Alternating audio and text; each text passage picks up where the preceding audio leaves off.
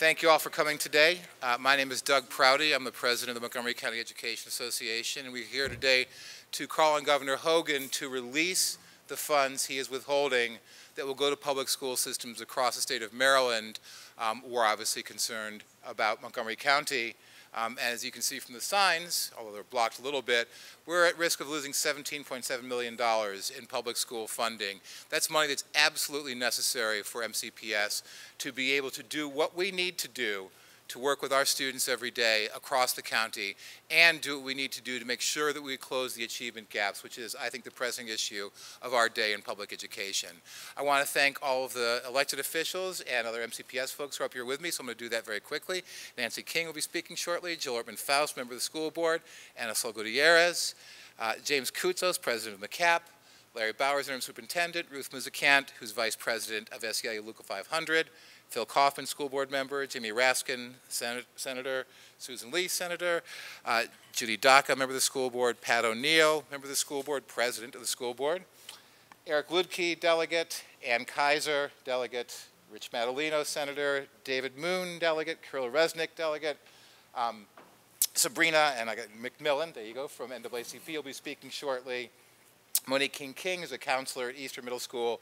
Jennifer Baker, principal here at Walter Johnson. And last but not at all least, Francis Frost, who's the president of Montgomery County chapter of PTAs. So we have a brief program today with a number of speakers. I want to do one more thing before I invite this first speaker up and let you know we have a letter here that we are all going to sign. The letter is to Governor Hogan, calling on him to release the funds, to allocate the funds to the counties for public education today. So I'll introduce the first set of speakers.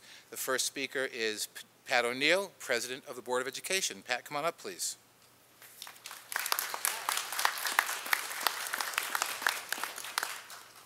Good afternoon. I want to thank all of our elected officials who are joining me today and our volunteers or community activists who are here for this very important message. I'm joined by my fellow board members, Judy Daca, Jill Ortman-Faust, and Phil Kaufman. Other board members may be attending. We have a complicated schedule these days. But I do want to thank everyone for their support. We are here today for one purpose: to raise our collective voices, to urge Governor Hogan to do the right thing. I want everyone to repeat after me: Governor Hogan, do the right thing. That's the one message for today. And that message is about public funding Geographic Cost of Education Index. We will be signing a letter, a joint letter to the governor, urging him to fully fund public education in Montgomery County and for other counties, I think it's 14 counties. We are not here today seeking a huge increase in state funding. We are not here today seeking more funding than we are supposed to receive. We are simply here today to ask the governor to honor the state's commitment to public education. We are here to urge the governor to do the right thing. Over the past 6 years, MCPS has added more than 14,000 students, and we expect that growth to continue in the years to come. Next year, we will welcome an additional 2,500 students to MCPS. We are pleased that so many people want to send their children to our schools. It is a tremendous responsibility and one that we take very seriously. However, educating more students takes more resources. The Board of Education has requested a budget for next year that includes a reasonable 4% increase in spending. The budget essentially allows us to provide the same level of services to a growing number of students and includes a modest but well-deserved compensation increase for our staff. By withholding state dollars meant for education, Governor Hogan is undermining our ability to meet the needs of our students and keep the best teachers in our classrooms. We are asking the governor to fully fund the Geographic Cost of Education Index, or GCI, which provides funds for districts like Montgomery County, where it is simply more expensive to provide an education. We know he has other priorities. We know there's a lot weighing on his mind, and there are many programs that he must attend to.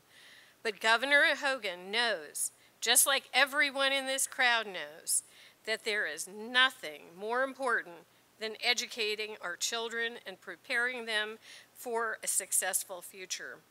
It is my hope that Governor Hogan will do the right thing for children, the right thing for Montgomery County, and the right thing for other children in the state. The right thing for the state of Maryland is to fully fund public education. It is now my pleasure to introduce our interim superintendent of schools, a man who knows the MCPS budget inside and out, Mr. MCPS, Mr. Larry Bowers.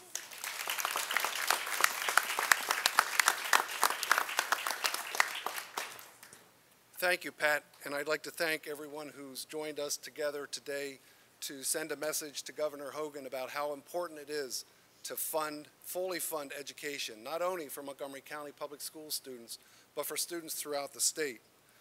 Over the past 6 years, as everyone knows, we've had difficult budget times. We've had to eliminate over 1,400 positions in Montgomery County Public Schools. These cuts have impacted every school and every office in MCPS. Our staff has done an outstanding job of continuing to provide exceptional education for all of our students, but this is becoming more and more challenging. Already for the 16 budget, the board and I have eliminated 80 positions, more than half of which have come out of central office. But I've also had to hold back 370 school-based positions in light of the potential of losing this state aid. 250 of these positions are classroom teacher, ESOL, special ed, reading specialists, and another 120 are paraprofessionals, media assistants, IDAs, supporting services employees. So we're going to have substantial impact on our educational program if we have to make these reductions. And I'm here today to say we just cannot make these cuts. I've made the statement a number of times that we just can't cut any further. Our class sizes are already getting too large. And again, I said our staff is doing, teachers and others are doing a great job, but it's just so far we can push them to continue to get the student results, to support our students, and to close the achievement gap. I know that the governor is as concerned as all of us are about the fiscal health of the state. But our legislators have identified ways in which the cuts can be restored. We're simply asking him to do what the legislator has shown him is possible. He understands, as I do, that budgets are tight. But we also know that education is a critical investment for our future. And we have to do the right thing. We have to make this investment. We cannot continue to keep cutting. So I'm here to join everyone else today to say that we're asking Governor Hogan to invest in our students, in their futures, and in the future of Montgomery County and in the state of Maryland. We're all asking him to fully fund GCEI and fully fund public education. Thank you.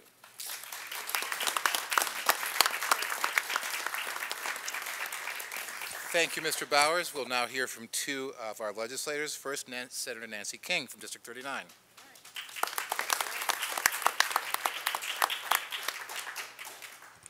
Thank you all for joining us this afternoon. I'm here, we've talked a lot about GCEI over the last several weeks, waiting for the governor to fully fund what we've allowed for in the state budget. GCEI funding is not something we just dreamed up. It's something that came out of the Thornton formula. It took, over 4 years for us to get it fully implemented into the budgets. It's something that every school system that receives that money really depends on. It's not just play money. It's something money that goes into these school systems. It's a priority for all of us. I know everyone standing here, and especially my legislative colleagues. Public education is our priority. I understand that the governor has some different priorities in mind. I think he does support public education, but our concern is the public education, not private education. We've asked the governor over and over again now to just do the right thing. I know our Senate president has been saying that to him since before the end of session. Do the right thing. So I'm hoping he gets our message. At some point he needs to, because I really think that we, during the legislative session, did a lot to support his initiatives and him in his first year as a governor. And I think it's time for him to support us with such a major priority as education funding. So I look forward to hearing good news from him really soon, because the clock is ticking. Okay. And next on our list is a great educator lady from Annapolis, Ann Kaiser.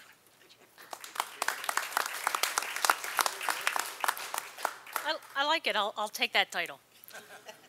Thank you all for being here today, and thank you to our Board of Education members and to our union members who are representing our teachers and our other professionals, and to everyone who believes that education matters.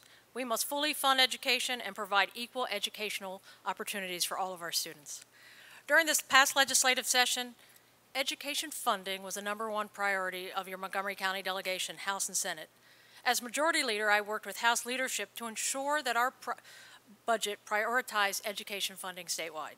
And I work with everyone here to pass a better bipartisan budget that protected our investments in education. And on the last night of session, I had the opportunity to act on my beliefs by standing up and defending the Geographic Cost of Education Index. This formula provides money to school systems with higher education costs, and today we urge Governor Hogan to fully fund it, like it has been for the past 5 years, so Montgomery County doesn't lose $17 million in needed funding. Put simply, the formula ensures that every public school, every teacher, and every pupil matters, regardless of their zip code. I urge Governor Hogan to fully fund the GCI.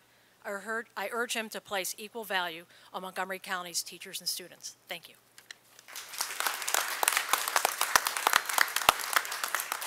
Thank you, Senator King and Delegate Kaiser. We're going to hear from some community members now, and the first up is Francis Frost, President of MCCPTA. Francis?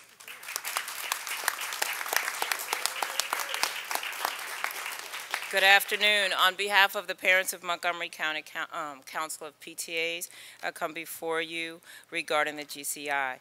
In 2002, the Governor Glendenning convened the Thornton Commission, and Maryland made a decision to seriously prioritize education funding. Even during the tough budget times, Governor O'Malley maintained the education focus.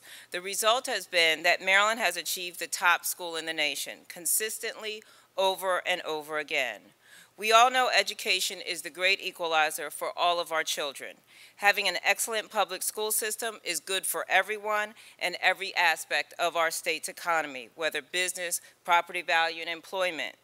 Governor Hogan's reluctance to continue on a proven path of investing in excellent education is perplexing. As Mr. Bowers listed, we're talking about cutting teachers, cutting programs that serve our students. The fact that the budget is related to children, it's not just things, but it's actual children who will suffer, and it's our most vulnerable who are at risk of suffering the most from these cuts. The GCEI formula devised by the Thornton Commission ensures that each of Maryland's 24 school districts, no matter its particular amalgamation of wealth and poverty, no matter the needs of the students served and in that district, has the resources it requires to serve all students well. We need Governor Hogan to do more than just say that education is his #1 priority.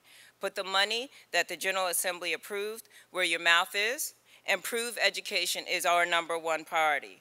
Release the monies allocated to GCEI and maintain education as a top priority for the state of Maryland. Thank you.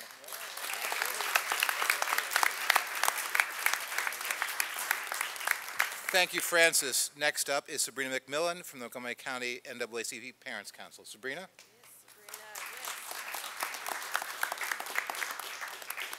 The NAACP Parents Council urges the governor to fully fund GCEI.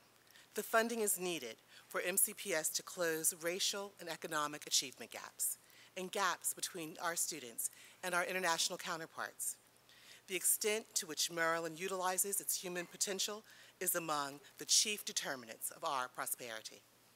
Approximately 1/2 of MCPS students are Black and Latino, and 34% qualify for free or reduced price lunch. MCPS is working vigorously to prevent achievement gaps from being a drag on overall educational and economic performance. The less educated a person is, the likelier that he or she will end up behind bars. A high school dropout is 5 to 8 times more likely to be incarcerated than a college graduate.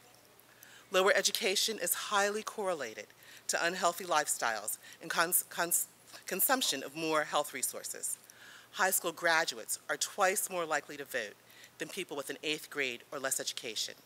College graduates are 50% more likely to vote than high school graduates. And as recent events in Baltimore illustrate, achievement gaps have a clustering effect. They create economic dead zones where low-achieving local schools produce clusters of young adults who are largely unable to participate in the greater economy because of low skills, high unemployment, and high incarceration rates. The stakes for Montgomery County and Maryland are high. Failing to fully fund students will impose concrete economic cost on Maryland. Thank you. Thank you. Thank you, Sabrina. And now Diego Uruburu, Executive Director of Identity Incorporated. Diego.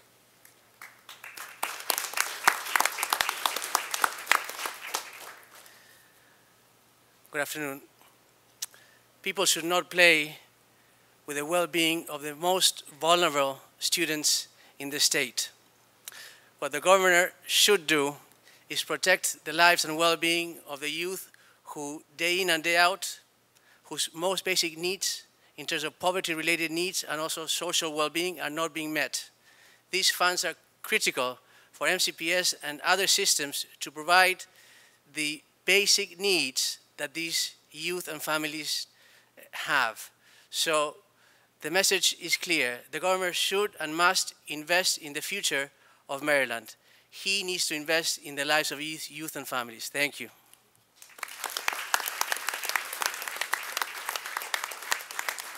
Thank you, Diego. And now we will hear from 3 MCPS employees, 1 from each unit. First, Jennifer Baker, who's the principal here at Walter Johnson High School.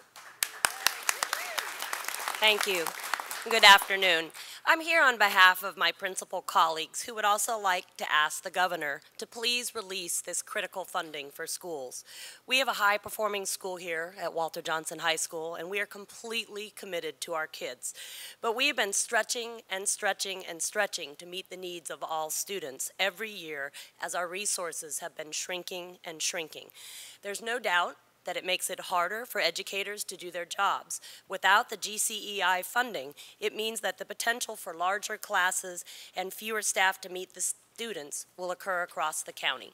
This year, when we received our staffing allocations, which is the number of staff members our school will have in the next school year, WJ, like many other schools, received substantial staffing cuts to both our support staff positions as well as our teaching positions, despite the fact that our attendance numbers and enrollment numbers remain the same or higher for almost all of our schools for the 2015-16 school year.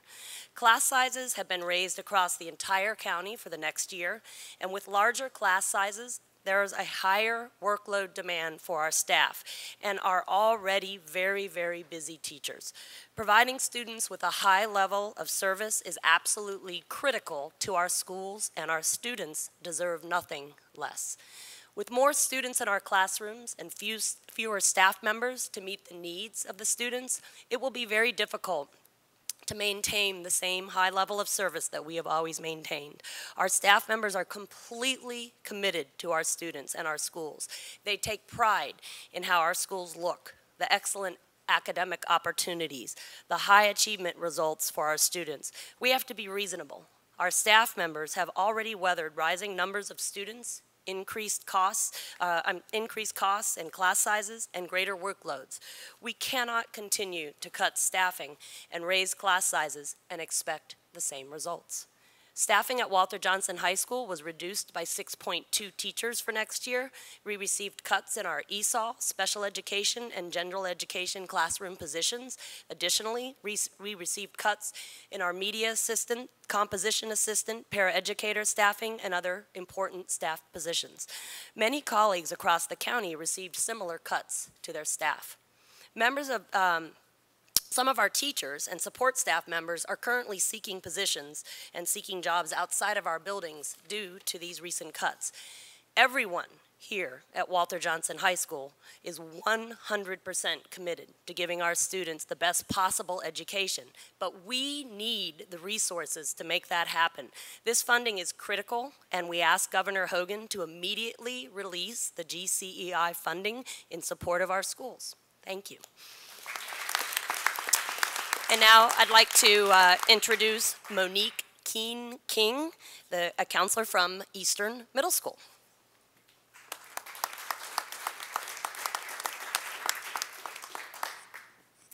Good afternoon. I'm a counselor at Eastern Middle School in Silver Spring, which borders Prince George's County.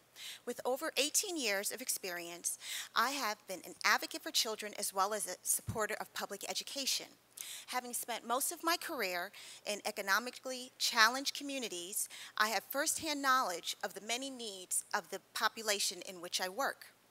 All children are entitled to a free and appropriate education that will enhance their development, provide exposure to the world and to the world around them, as well as support social and emotional needs. Our community of schools require additional funding to procure the resources to overcome our deficits. Privatizing education is not the answer. Conferring adequate funds into our schools will ensure that our children do not see an increase in class size and will provide more teachers and support personnel, provide them access to technology, educational field trips, and extracurricular activities, music and arts and sports programs. There is no question that we all desire what is best for our children. Ensuring that all children have access to the same level of instruction and resources which are not linked to income is essential in enriching the educational experience of our future leaders. Thank you. Thank you, Monique. And our last speaker is Bella Portillo, who is a paraeducator media assistant at Oakview Elementary School. Bella. Thank you. I have supported success for 22 years as a paraeducator by working with small groups and one-on-one in the classroom alongside the teacher at Oakview Elementary School. Oakview is no longer unique in its student demographic. Of the 386 students enrolled in 3rd, 4th, and 5th grades, 65% are English language learners. 21 countries are represented. These culturally and ethnically diverse students are here to stay. You may wonder, how in the world do we meet this challenge? How is it that Jose, who came from El Salvador, is now a senior at Towson University? How is it that Camilla, who came from Grenada, had a successful enlistment in the U.S. Air Force? How is it that Savitri, a senior right now at Montgomery Blair High School, will be attending the University of Maryland next fall? And how is it that Carla, who was recently featured on the MCPS website, who came to our sister school, New Hampshire Estates, with no English in 2nd grade, is now a certified pre-K teacher at the very same school she first attended, New Hampshire Elementary School? How did this happen? It happened because of the hard work of the staff of Oakview and the necessary amount of funding to support student success. And now I'll ask you one more question. How will the budget cuts affect the quality education that MCPS has been able to offer? A budget shortfall will ensure that the achievement gap will not be closing anytime soon.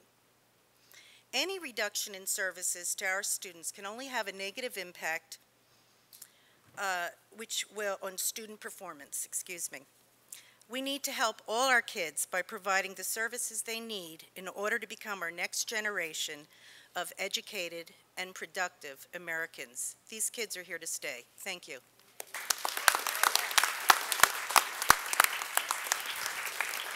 Thank you very much, Bella. That was compelling. I want to recognize a few more folks who are here. I neglected to identify Linda Silverman, here from the League of Women Voters. Thank you very much for coming.